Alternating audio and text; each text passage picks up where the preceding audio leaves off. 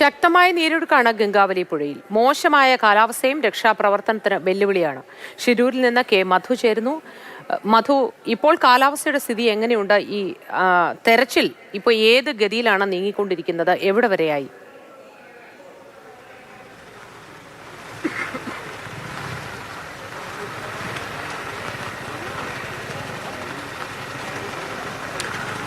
മോത്തി, രാവിലെ വന്നപ്പോൾ തെളിഞ്ഞ അന്തരീക്ഷമായിരുന്നു അല്പസമയം മുമ്പ് വരെ.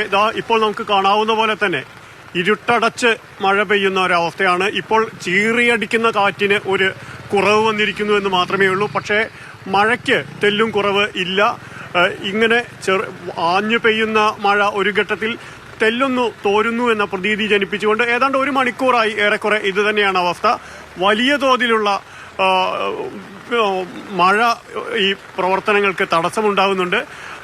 അതോടൊപ്പം നേരത്തെ ശ്രീധരൻ പറഞ്ഞതിന്റെ തുടർച്ച പറയുമ്പോൾ ആളുകളെ മാറ്റുന്നു എന്നതിനെ ഒപ്പം പ്രധാനമായിട്ട് കാണേണ്ടത് ഇന്ന് ഇപ്പോൾ യന്ത്രങ്ങൾ ഉപയോഗിച്ചുള്ള ഒരു തെരച്ചിലിനാണ് ഗംഗാവലി പുഴയിൽ സാധ്യത എന്നുള്ളത് തന്നെയാണ് പ്രധാനം. അതുകൊണ്ട് തന്നെ ഈ തീരത്ത് കൂടുതൽ മണ്ണ് മാന്തികളൊക്കെ കൊണ്ടുവന്നുകൊണ്ട് പല ലെയറുകളായി അടിഞ്ഞു കിടക്കുന്ന മണ്ണിനെ ആ കുത്തൊഴുക്കിനൊപ്പം കലക്കി വിടുന്ന ഒരു പരിപാടിയാണ് ചെയ്തുകൊണ്ടിരിക്കുന്നത്. അതിന്റെ ആ പല തട്ടുകൾക്ക് ഇടയിലേക്ക് കടന്നു ചെന്നുകൊണ്ട് വീണ്ടും എന്തെങ്കിലും സാന്നിധ്യം, ലോറിയുടെ സാന്നിധ്യം, ലോഹ സാന്നിധ്യം ഒക്കെ കാണാൻ കഴിയുമോ എന്നുള്ളൊരു പരിശോധനയാണ് ഇപ്പോൾ നടന്നുകൊണ്ടിരിക്കുന്നത്. ഇവിടെ ഏതാണ്ട് ഒരു 3 കിലോമീറ്റർ ഇപ്പുറത്ത് തന്നെ ഇന്ന് ഇവിടെ നിന്ന് അങ്ങോട്ട് ആളുകളെ കടത്തി വിടുന്നില്ല. അത് രണ്ട് കാരണങ്ങൾ. ഒന്ന്, യന്ത്രത്തിന്റെ കാരണമാണ്. രണ്ടാമത്തെ കാര്യം, ഈ വലിയ കാലാവസ്ഥയിൽ ഇനിയും ഒരു ഉരുൾപൊട്ടൽ ഉണ്ടാകുമോ എന്നുള്ളൊരു ആശങ്ക സ്വാഭാവികമായിട്ടും ആളുകൾക്കുണ്ട്. അതുകൊണ്ട് തന്നെയാണ് നേവിയും ദുരന്ത നിവാരണ സേനയും തന്നെയാണ് ഇപ്പോൾ അവിടുത്തെ രക്ഷാപ്രവർത്തനങ്ങൾ നടത്തിക്കൊണ്ടിരിക്കുന്നത്. നമ്മുടെ MLA-മാര് അവിടെ പോയിട്ട് തിരിച്ചു വന്നിരുന്നു. നമ്മുടെ AK-M അഷ്റഫ് ഇപ്പോൾ നമുക്കൊപ്പം ഉണ്ട്. അഷ്റഫ്, അവിടെ പോയിട്ട് എന്തായിരുന്നു, എങ്ങനെയായിരുന്നു അവിടെ പോയിട്ട്? അവിടെ എന്താ ഇപ്പൊ നടക്കുന്നത്? ഇപ്പൊ ഇന്ന് ഞാനും നമ്മുടെ കേരളത്തിൽ ഇന്ന് 2 MLA-മാർ കുറച്ചുകൂടി ഒന്ന് ഉറക്കെ പറയാമോ? ഞാനിപ്പോ കഴിഞ്ഞ 3 ദിവസമായി ഇവിടെ ഉള്ളത്.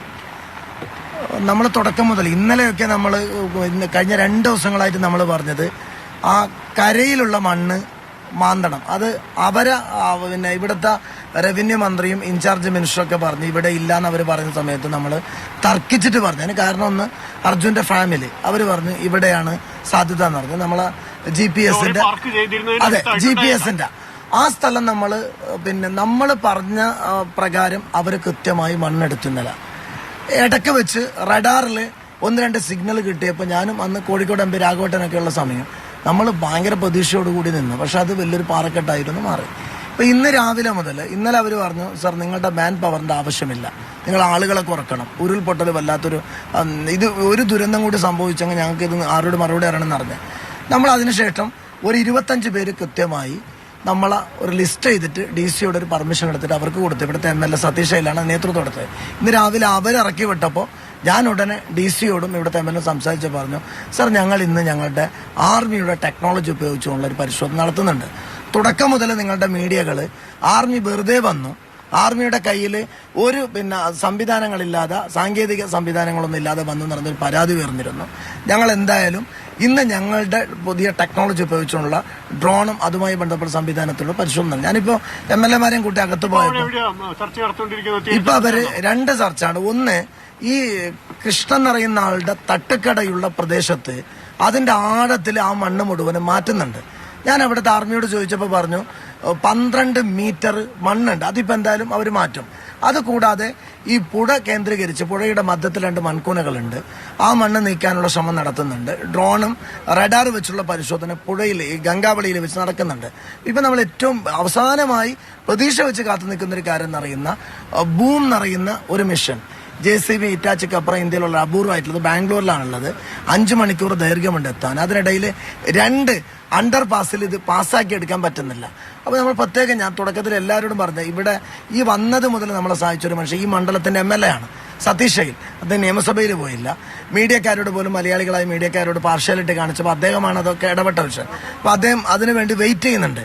അതുമായി ഇപ്പൊ വന്നാൽ 60 മീറ്റർ ഈ പുഴയിലുള്ള ഒരു വലിയ പരിശോധന നടക്കും. കുറച്ചുകൂടി കാര്യക്ഷമമായി പുഴയിലേക്കുള്ള പരിശോധന നടത്തും. തീർച്ചയായും. അപ്പൊ ആർമി ഇപ്പൊ 40 മീറ്റർ തൊട്ടപ്പുറത്ത് ഒരു ചെറിയ സിഗ്നൽ കിട്ടിയിട്ടുണ്ടെന്ന് പറഞ്ഞു. ഞാനിപ്പോ ആർമിയോട് അകത്ത് സംസാരിച്ച് പറഞ്ഞ, സർ 2 മണി വരെ നിങ്ങളൊന്ന് വെയിറ്റ് ചെയ്യണം, ആഫ്റ്റർ 2 o'clock ഞാൻ നിങ്ങൾക്ക് ഒരു മെസ്സേജ് തരാമെന്ന് പറഞ്ഞിട്ടുണ്ട്.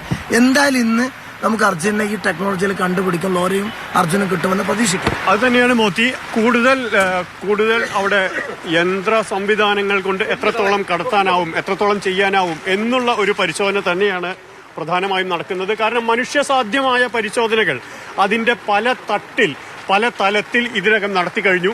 ഇനി അതിനപ്പുറത്ത് നമ്മുടെ സേനാ വിഭാഗങ്ങൾ സജ്ജമായി പരിശോധനയ്ക്ക് എത്തിയിട്ടുണ്ട്. അവരുടെ സംവിധാനങ്ങളും അവിടെയുണ്ട്. ആ സാഹചര്യത്തിലാണ് എത്രത്തോളം ഇനി മനുഷ്യന് അപ്പുറത്ത് കൂടുതൽ സാങ്കേതിക സഹായം തേടിക്കൊണ്ട് നേരത്തെ നമ്മൾ പറഞ്ഞതുപോലെ തന്നെ പല അടരുകളായി പുഴയിൽ നിന്ന് കൂടിയിട്ടുള്ള ഒരു മല അപ്പാടെ താഴേക്ക് വന്ന് ഗംഗാവലി പുഴയെ നികത്തിക്കളയുന്ന അല്ലെങ്കിൽ അതിന്റെ ആഴം കുറയ്ക്കുന്ന ഏറെക്കുറെ കരയോട് സമാനമായി ചെളി അടിഞ്ഞു കിടക്കുന്ന ഒരു അവസ്ഥയാണ്. ആ ചെളി അകറ്റിക്കളയുന്നു. ആ കുത്തൊഴുക്കിനപ്പുറത്തേക്ക് ആ ചെളി കൂടി കലക്കി വിടുന്ന ആ വിധത്തിലാണ് ഇപ്പോൾ കാര്യങ്ങളുള്ളത്.